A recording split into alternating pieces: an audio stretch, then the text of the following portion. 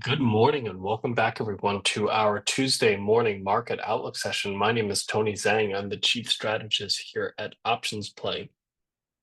And last Friday, we got a surprise job report that really blew expectations out of the water. And as a result, it really changed the calculus as to whether or not we get a rate cut, or rather the size of the rate cut that we get in November. Very quickly, we shifted from the market's pricing in about a 50 basis point cut again in November. Right now, there is a relatively small chance that we get either no cuts or only a 25 basis point cut on the back of what has been a much stronger than expected labor market reading for the month of September. This is going to change the calculus, like I said, for investors, because now we're balancing what is a stronger than expected US economy, which kind of shifts the focus again with regards to what the Fed is going to prioritize in terms of data, away from the labor market back onto inflation. So we do get an inflation reading again tomorrow with the CPI print. That's going to be a potential driver of Fed policy here for November. Markets have kind of shifted pretty substantially on the bond side of things. And now let's take a look at the charts from an equities perspective to see what our overall outlook is. Now, if you look at the S&P 500, what you see here is on the S&P 500, we've managed to break back above the all-time highs, and so far have managed to hold on to those highs. We are starting to retest those levels as support here on the S&P 500, and notice on the momentum here is starting to roll over here a little bit. So some concerns that the breakout here to new all-time highs on the S&P has not been followed through with a lot of momentum here. We have seen China also slow down a little bit here as well, which starts to put a little bigger risk that this breakout fails and kind of trades back into the trading range, back into a more neutral outlook here for the S&P 500. When you look at the NASDAQ 100, recent breakout to new recent highs, so far has failed to kind of hold on to those highs and continue moving higher. Instead, we're seeing technology-led shares like Microsoft, Apple, actually underperform the S&P 500. So this is going to be a bit of a drag here on the NASDAQ 100 index. And then if you look at small caps, IWM, similarly failing to kind of break out to new highs and sustain those highs, instead trading more sideways and risking a bit of a pullback here into the 205 area on IWM. The one thing that still has some positivity to this is the equal weight S&P 500 index. We did manage to break to new all-time highs on that index and continue moving higher here. However, that momentum also has slowed down here a little bit. Overall, it is a positive that as the S&P 500 made a new high, that RSP confirmed those new highs. But overall, if you look at kind of the major mega cap names that lead the S&P 500 higher, some of those names are actually seeing some poor performance here. And that is certainly creating a bit of a drag here on equities overall. So looking at kind of the overall market equities, not particularly strong here. Notice how value versus growth, we don't really have any particular factor that is outperforming one versus the other. We really have had what is nothing more than just sideways action here over the past nearly 2 months here between value versus growth. So not a particular segment of the market outperforming the market. On the flip side, commodities has completely taken off here. Now, this is largely on the back of geopolitical tensions and the rise we've seen in oil prices that have been driving this higher here. Gold, obviously at a near all-time highs, contributes to this. The main driver for commodities right now is oil.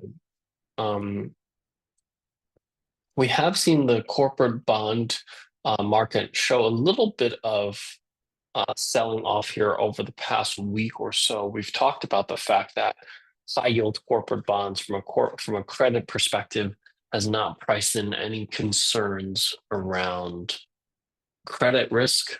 But we're starting to see a little bit of underperformance here for the higher yield uh, end of the curve with regards to credit risk and concerns from the bond market. So the recent sell-off here in treasuries, we're seeing that sell-off here in corporates here as well. So we're going to keep a close eye here on this to see if that starts to accelerate a little bit here to the downside. The one thing that I do think is well worth noting is that even though the S&P 500 is very close to the 52-week highs, VIX is actually also trading near 52-week highs at around 22.5%.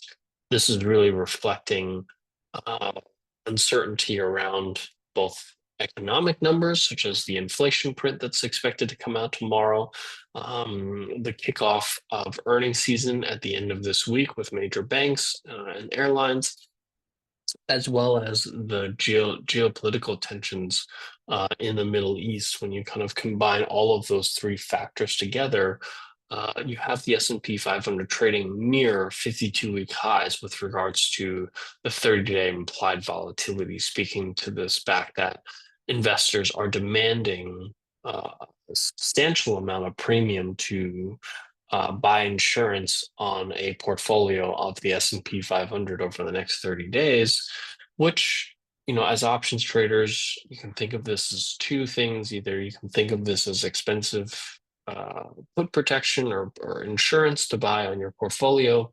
But in the meantime, what you can do is you can take advantage of this higher implied volatility and look at selling options through strategies such as cover calls. If, let's say, you are more neutral to bearish on the markets, but if, let's say, you feel strongly that there is still further upside here in equities, certainly selling puts or put spreads might be a suitable opportunity for right now. But my take is that you're perhaps headed more towards a neutral to bearish uh, outlook here for the US equity markets, which certainly would be more beneficial for sellers of cover calls. So if you have stock positions, selling cover calls right now will collect arguably the highest amount of yield you've seen over the past year or so. And you can always take that yield eventually to potentially buy some downside protection through puts if you felt that the risks started to rise even further here to the downside. So that's how you can harness this excess volatility right now as an options trader. You have the 10-year yield actually climb back above 4% here on the back of that jobs number. Expectations for rate cuts have been pared back substantially. We're back above 4% here. I do think that, this is a bit of a knee-jerk reaction in terms of bonds selling off so heavily. We have an inverted yield curve again, something we just kind of got out of. So the sell-off here below the 50-day moving average, for some buyers, perhaps this could be a buying opportunity for bonds. You have the US dollar rising here to 102.5. This certainly gets us, oops, this gets us back to, sorry. This gets us back to a long-term support level here around 102.50. So this is the level that I do think is also starting to worth paying attention to for those of you that are looking to potentially add some bearish exposure here to the US dollar. This might be a particular level where the risk reward looks more attractive to start adding some bearish positions here. And the idea here is that, your view is that the Fed is still on a rate cut cycle, even if there's a bit of a pause here in the short run. That long run, we're still expecting rates to decline. That's going to be bearish for the US dollar.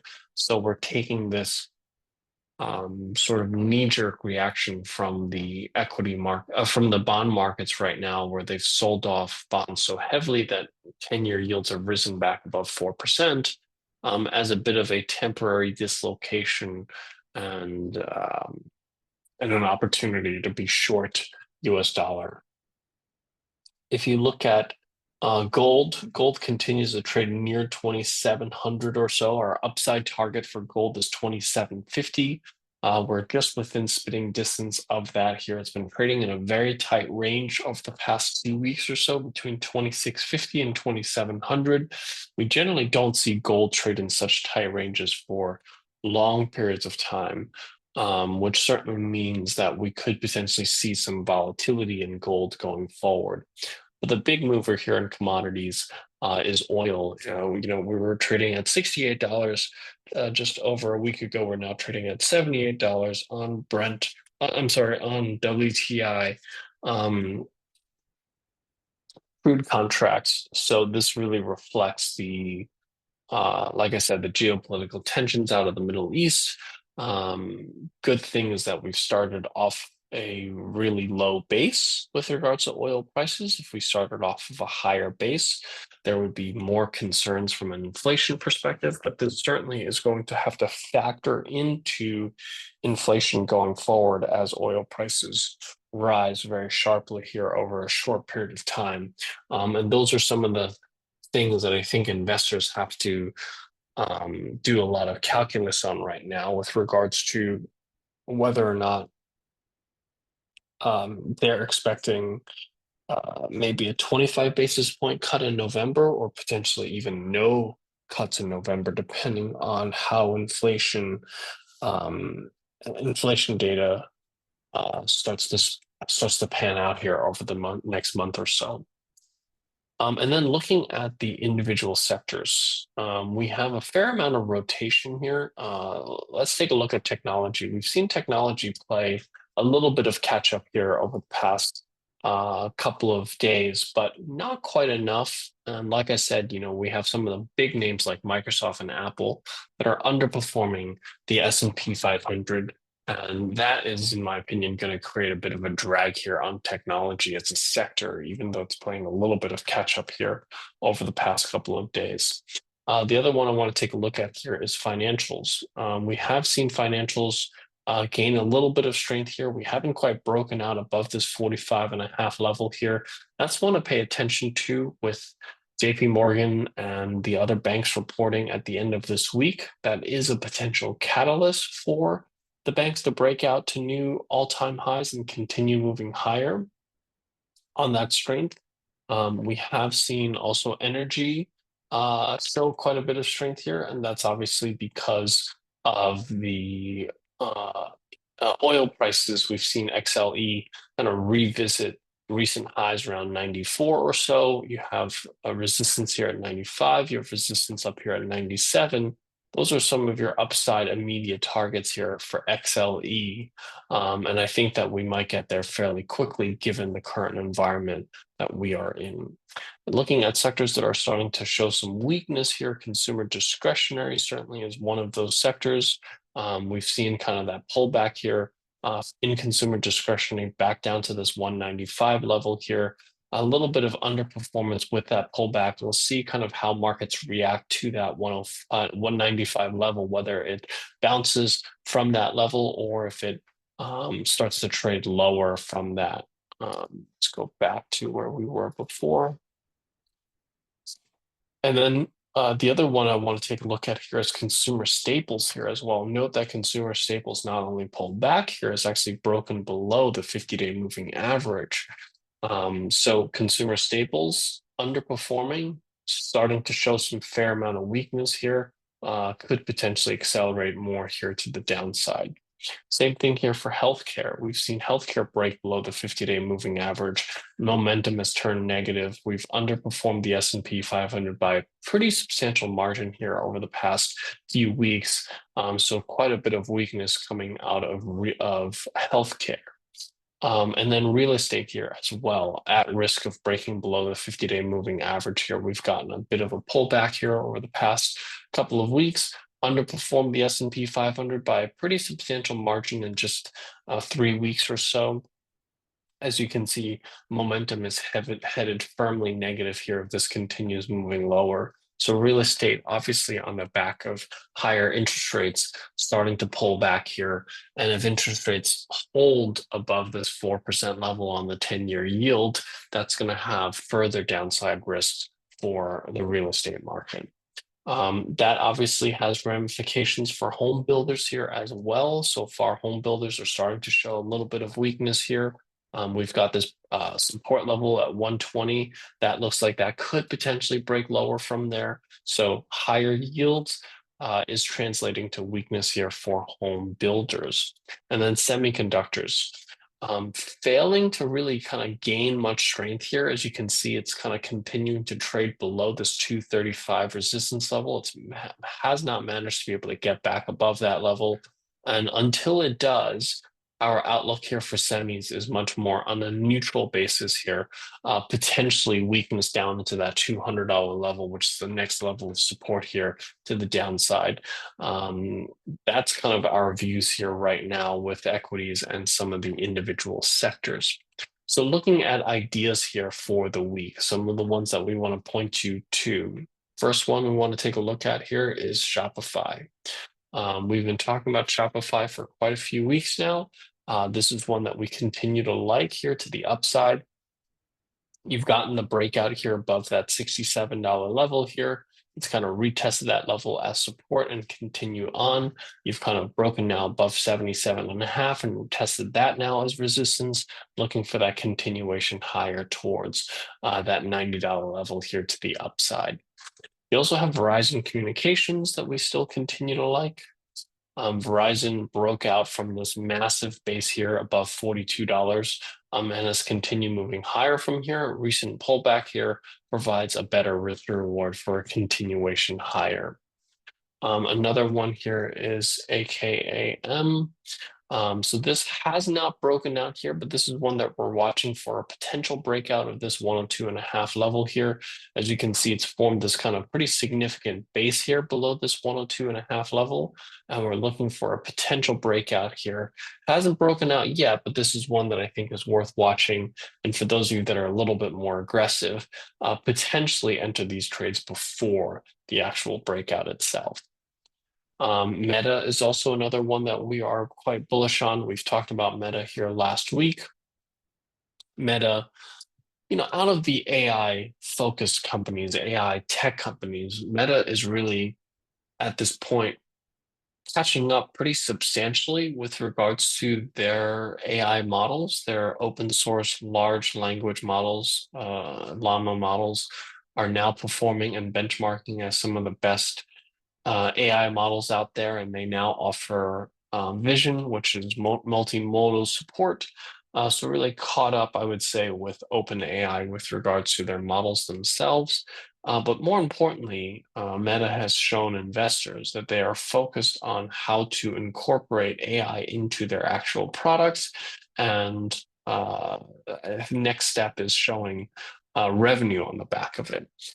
So Meta, I would say, is ahead of the curve with regards to figuring out how to generate revenue from this, because these companies are spending a very large percentage of capital expenditure on trying to gain dominance in the AI space.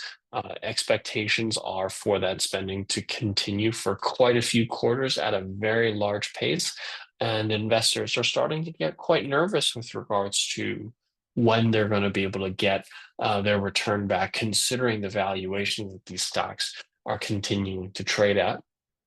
And I would say those concerns are not unfounded, but Meta, in my opinion, is doing a decent job at alleviating some of those concerns that investors are having specific to their business. And I think for those reasons, Meta is outperforming Apple, Microsoft, and almost all of the other tech names here at the moment as a result of that.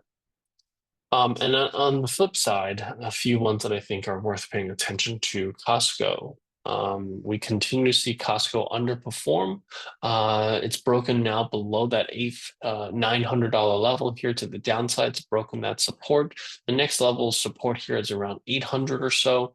As you can see, as it kind of breaks down, it's been underperforming the S&P 500. Momentum has recently just turned negative here, and we're looking for that continuation down into the 800 level. And Costco continues to trade at a very rich valuation relative to its peers. Another one to worth paying attention to here is Eli Lilly. Eli Lilly, obviously the drug company, trading just below that $900 level here. What was prior support has now turned into resistance.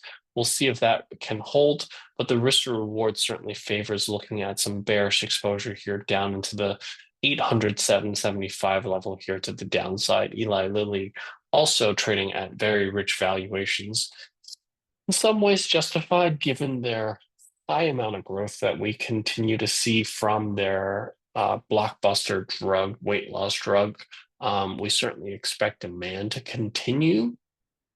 But just remember the valuation that Eli Lilly trades at is difficult to wrap your arms around, and certainly has some downside risks to it, with the valuations that it's currently trading at, nearly 40 times forward earnings. And then the last one I'll leave you with here is Ferrari. We've talked about Ferrari multiple times here in the past, but as you can see, after breaking out from this base here above 430 or so, it broke out, tried to form a base here around 460 and hold that level of support, but that support, sadly, so far is not holding. Instead of what we've done is we've broken below that support. So my view is that the downside range here is around 410 or so.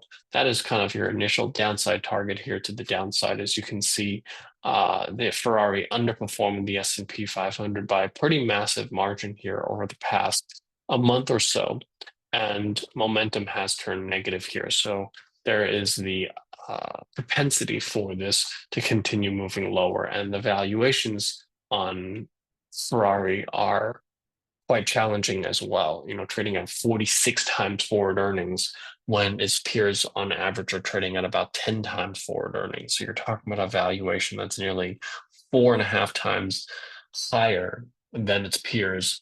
It's expected to grow faster than its peers. It's more profitable than its peers, but not enough, in my opinion, to justify an evaluation that's 4.5 times higher than its peers.